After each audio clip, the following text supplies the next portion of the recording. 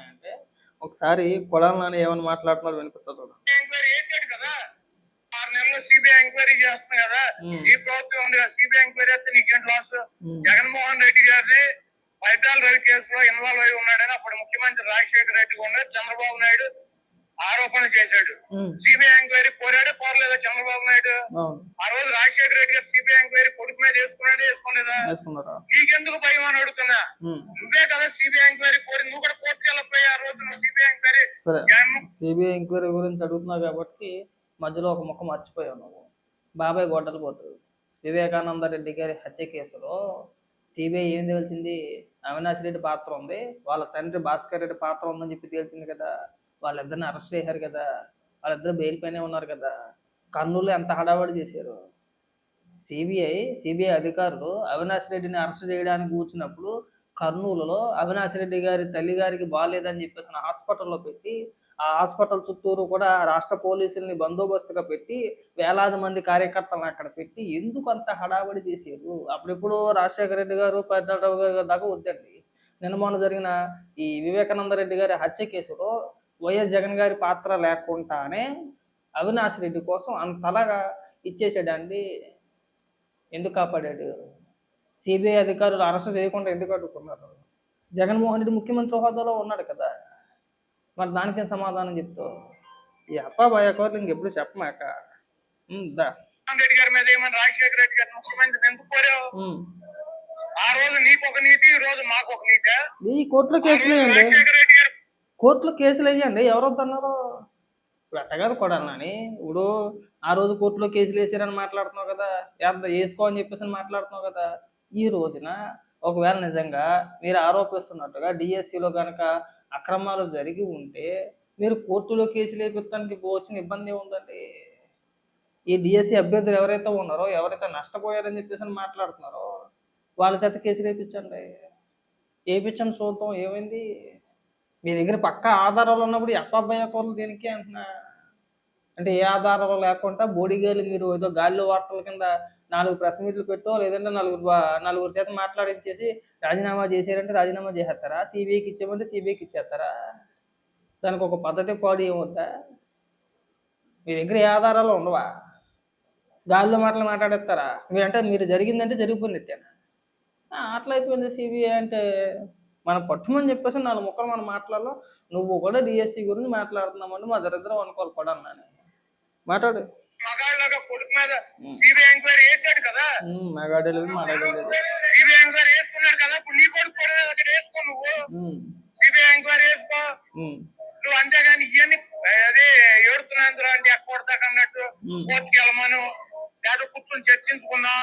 ఏంది చర్చించుకున్నావు? నువ్వు అక్రమాలు చేసి, అవినీతి చేసి, నువ్వు ఆవాసకే పున్నానికి బయటకు వచ్చి సగం చూసి సగం తెలుసుకొని నీకు ఏమీ తెలియకుండా వచ్చి 4 గొట్టాలు కనబడగానే ఎరగబడిపోయి మాట్లాడుతున్నా. ఎవరో కూడా కూర్చొని మాట్లాడుకుందామని అనలా. మీరు లేగ్గా ఏదోట్లే మన ఏదో గాలి వార్తలో వచ్చింది, ఏదో ఒక ఆరోపణ చేద్దామని చెప్పి ఆరోపణ చేస్తే దానికి ప్రతిస్పందిస్తూ అయ్యా డిఎస్సి పైన చర్చకు నేను సిద్ధం. డిఎస్సిలో ఎలాంటి అవకతవకలు జరగలేదు. టైము, డేటు, ప్లేసు మీరు చెప్పండి, అక్కడికి మేము వస్తాం. అక్కడికి వచ్చే మనం చర్చించుకుందాం.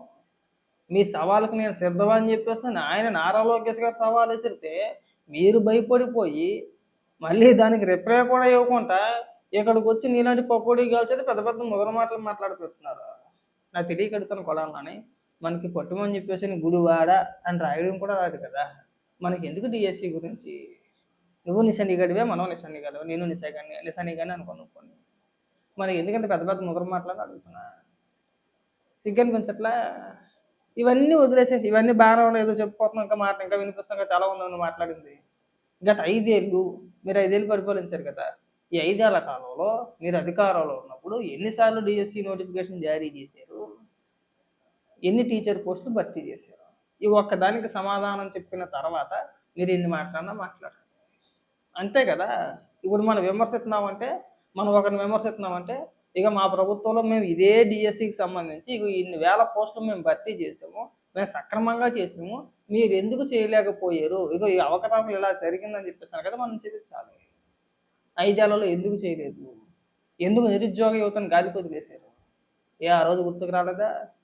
కష్టపడి చదువుకున్నారండి, వాళ్ళ జీవితం అంతా కూడా దీని మీద ఆధారపడి ఉందని చెప్పేసి వాళ్ళు పెద్ద పెద్ద ముద్ర మాటలు మాట్లాడుతున్నారు కదా.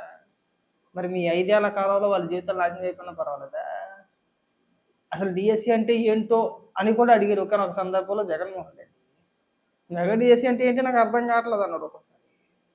అర్థం కాదు. ఎన్నికల ముందు ఏమని మాట్లాడారు?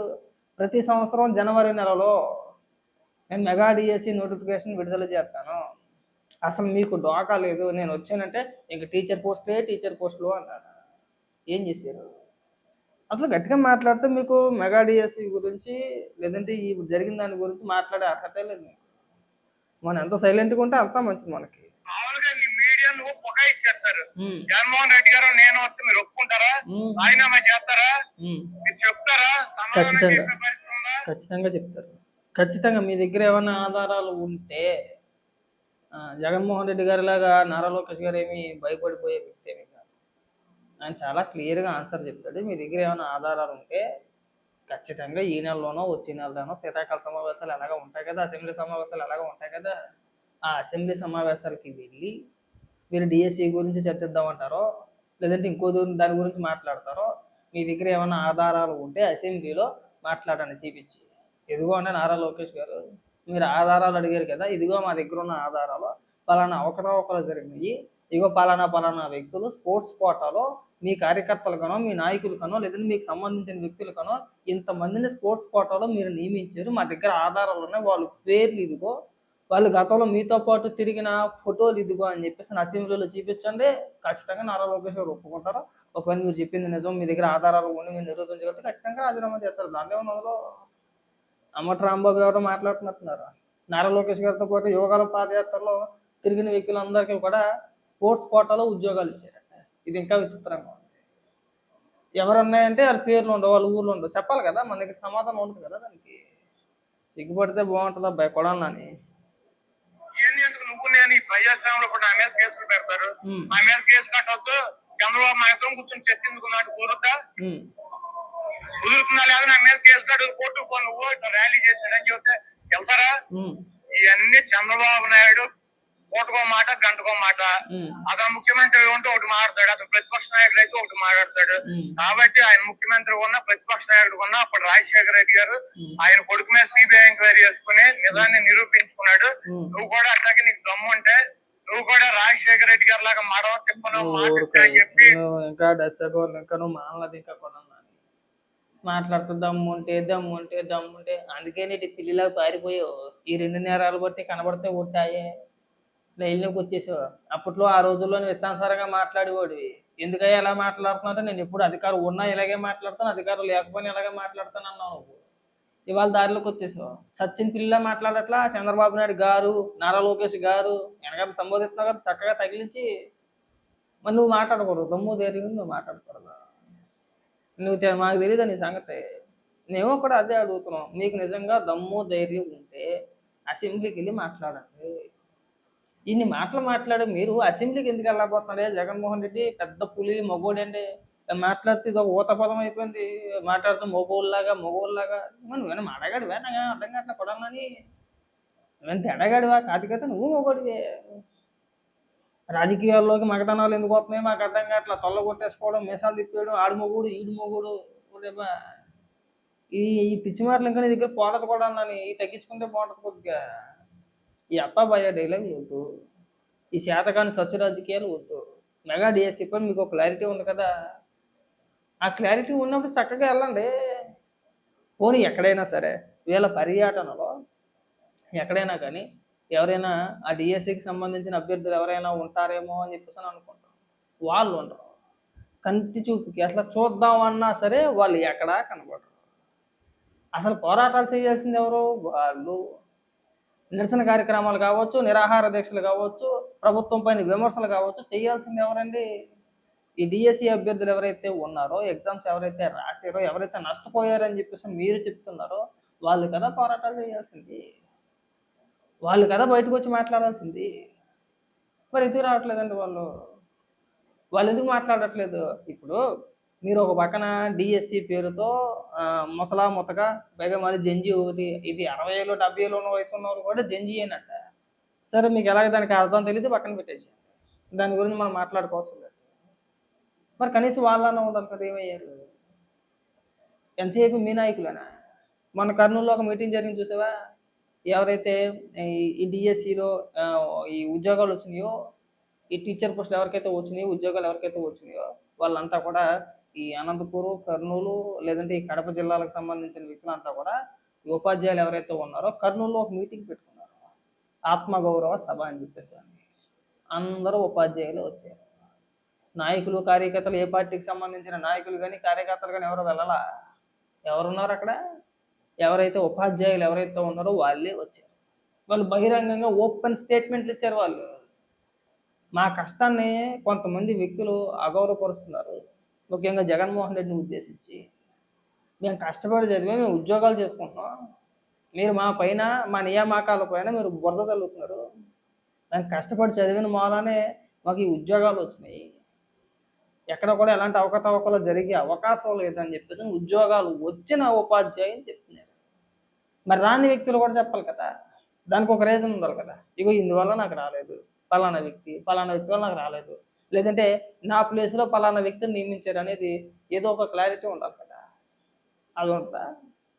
అంటే మీరు ఉద్యమాలు ఎలా చేస్తారండి? మీ నాయకులు మీ పార్టీ కార్యకర్తలతో ఏదో రకంగా బురదలతో అని చెప్పి చేస్తారా? అయినా ఎప్పుడు చేయాలి?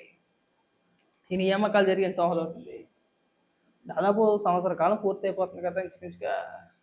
ఈ ఎగ్జామ్స్ జరిగి సంవత్సరం అవుతుంది ఇంచుమించుగా, నియామకాలు జరిగి కూడా ఇంచుమించుగా ఆల్మోస్ట్ అవ్వచ్చేమో. రీసెంట్గానే నోటిఫికేషన్ వచ్చింది, ఈ నియామకాలన్నీ లెటర్లు పంపించారు, ఈ సర్టిఫికెట్ వెరిఫికేషన్ అన్నీ జరిగింది. జరిగిన తర్వాత ఒక 4 నెలలు 5 నెలల కిందటో పోస్టింగ్లు పడ్డాయి. అప్పుడే అనుకుంటా ఒక 5-6 నెలల కిందటో 4-5 నెలల కిందటో జగన్మోహన్ రెడ్డి ఈ బాధితులు ఎవరైతే కొంతమంది ఉన్నారని చెప్పేసారో వాళ్ళందరినీ కూడా తీసుకొచ్చి కూర్చోబెట్టి వైఎస్ఆర్సీపీ పార్టీ కార్యాలయంలో ప్రెస్ మీట్ పెట్టి మాట్లాడిపించాడు. కొంతమంది వ్యక్తులు మాట్లాడారు, మమ్మల్ని పిలిచారంటే మాకు ఇది జరిగింది అది జరిగింది అని చెప్పేసి అన్నారు. అయిపోయింది, అక్కడితో వదిలేశారు. మళ్ళీ 2-3 నెలలు అసలు డిఎస్సి గురించి ప్రస్తావన తీసుకున్నారు. మళ్ళీ ఎప్పుడు ప్రస్తావన తీసుకొచ్చారు? మనకి ఢిల్లీలో జంతర్ మంతర్ దగ్గర నీటికి సంబంధించి ఒక నిరసన కార్యక్రమం తెలియజేస్తే దానికి సంబంధించి కేంద్ర విద్యాశాఖ మంత్రి ధర్మేంద్ర ప్రధాన్ గారు రాజీనామా చేశారు. ఆయన కేంద్ర విద్యాశాఖ మంత్రి రాజీనామా చేసేంత వరకు మీరు ఈ డిఎస్సి గురించి అసలు ఎక్కడా మాట్లాడలేదు. మాట్లాడితే రెండింటికి పొంతన. కేంద్ర ప్రభుత్వంలో అంటే కేంద్ర విద్యాశాఖ మంత్రి రాజీనామా చేశారంటే నీటిలో అలా జరిగింది కాబట్టి నారా లోకేష్ గారు రాజీనామా చేయాలి. అసలు అక్కడ జరిగింది ఏంటి? కేంద్ర ప్రభుత్వం అక్కడ ఒప్పుకుంది, నీట్ ఎగ్జామ్స్లో పేపర్ లీకేజీ జరిగిందని చెప్పేసి కేంద్ర ప్రభుత్వం సుప్రీంకోర్టులో ఒప్పుకుంది. మళ్ళీ ఆ ఎగ్జామ్స్ని మళ్ళీ రీకండక్ట్ చేశారు, మళ్ళీ నిర్వహించారు ఆ ఎగ్జామ్ని. భవిష్యత్తులో మళ్ళీ ఇలాంటిది జరగకుండా చూసుకుంటామని చెప్పేసి కేంద్ర ప్రభుత్వం సుప్రీంకోర్టులో తెలియజేసింది. కేంద్ర ప్రభుత్వం అక్కడ ఆధారాలతో ఉన్నాయి కాబట్టి ఈ పేపర్ లీక్ అయిందని చెప్పేసి అన్ని ఆధారాలు ఉన్నాయి కాబట్టి వాళ్ళపైన కేసులు పెట్టారు, వాళ్ళని అరెస్ట్ చేశారు, వాళ్ళని లోపలేశారు. సరే, చట్ట ప్రకారం ఏం జరగాలో అన్నీ జరుగుతుంది. మరి మన దగ్గర ఉన్న ఆధారాలు ఏంటి? ఏమున్నాయంటే ఏమీ లేవు. ఏంటంటే జగన్మోహన్ రెడ్డి గారు అప్పుడు ఎప్పుడో ప్రెస్ మీట్లో చెప్పేశారంటే అన్ని ఆధారాలు అందరి ముందు ఉంచేశారు. ఏవి ఎవరి దగ్గర ఉంచేశారు? ఎప్పుడు ఉంచేశారు? చూపించండి. మీకు డిఎస్సి అభ్యర్థులు ఎవరు కూడా మీకు సహకరించట్లేదు అన్నది వాస్తవం. లేకపోతే ఈ పాటికే డిఎస్సి అభ్యర్థులు మొన్న తీసుకొచ్చారు, సాక్షిలో ఒక 2-3 కూర్చోబెట్టి మాట్లాడిపించారు. వాళ్ళు అసలు డిఎస్సి అభ్యర్థులో కాదో తెలియదు కానీ డిఎస్సి అభ్యర్థులుగానే తీసుకొచ్చి కూర్చోబెట్టారు. మరి ఇప్పుడు ఎందుకు రావట్లేదు? వాళ్ళకే ఒక క్లారిటీ ఉంది, మీకే ఒక క్లారిటీ లేదు. వాళ్ళని కేవలం రాజకీయాల కోసం వాడుకుంటున్నారని చెప్పేసి వాళ్ళకే అర్థమైంది. అందుకే మీకు మద్దతుగా నిలబడట్లేదు. అసలు అవినీతి జరిగితే కదా, అక్రమాలు జరిగితే కదా మీకు అండగా నిలబడడానికి. అవన్నీ లేనప్పుడు ఎలా నిలబడతారో? మీ కార్యకర్తలే పోతున్నారు మీ ముఖాన్ని. మీ వైఎస్ఆర్సీపీ పార్టీ సోషల్ మీడియా యాక్టివ్గా ఉండే కార్యకర్తలు చూడండి, ఇక్కడ ఉపాధ్యాయులు చేశారు, ఏ పార్టీకి సంబంధించిన నాయకులు కానీ కార్యకర్తలు కానీ లేరు. మరి ఇక్కడ మనం ఎందుకు ఎత్తుకుంటున్నాం అని చెప్పేసి ఇక్కడ మీకు ఇంకొక వీడియో చూపిస్తా. వీళ్ళు డిఎస్సీల పైన పెద్ద పెద్ద పోరాటాలు చేస్తున్నారు కదా, ఇదిగో ఒకసారి ఈ వీడియో చూడండి.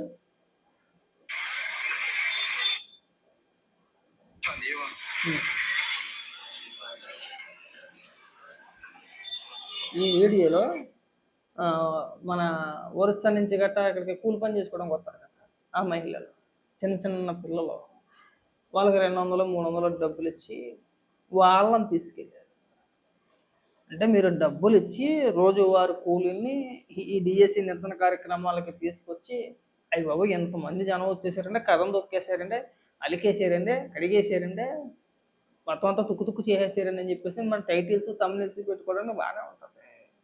కానీ వీడియోలో దొరికేస్తున్నాం కదా మనం, మరి దానికి ఏమైనా సమాధానం చెప్తారు? ఎక్కడైనా కానీ ఇలాంటి అప్పాబాయ మాటలు మానేస్తే బాగుంటుంది. ఒకవేళ నిజంగా నేను మళ్ళీ చెప్తున్నాగా, ఒకవేళ నిజంగా మీ దగ్గర అన్ని ఆధారాలు ఉంటే అసెంబ్లీకి వెళ్ళి అసెంబ్లీ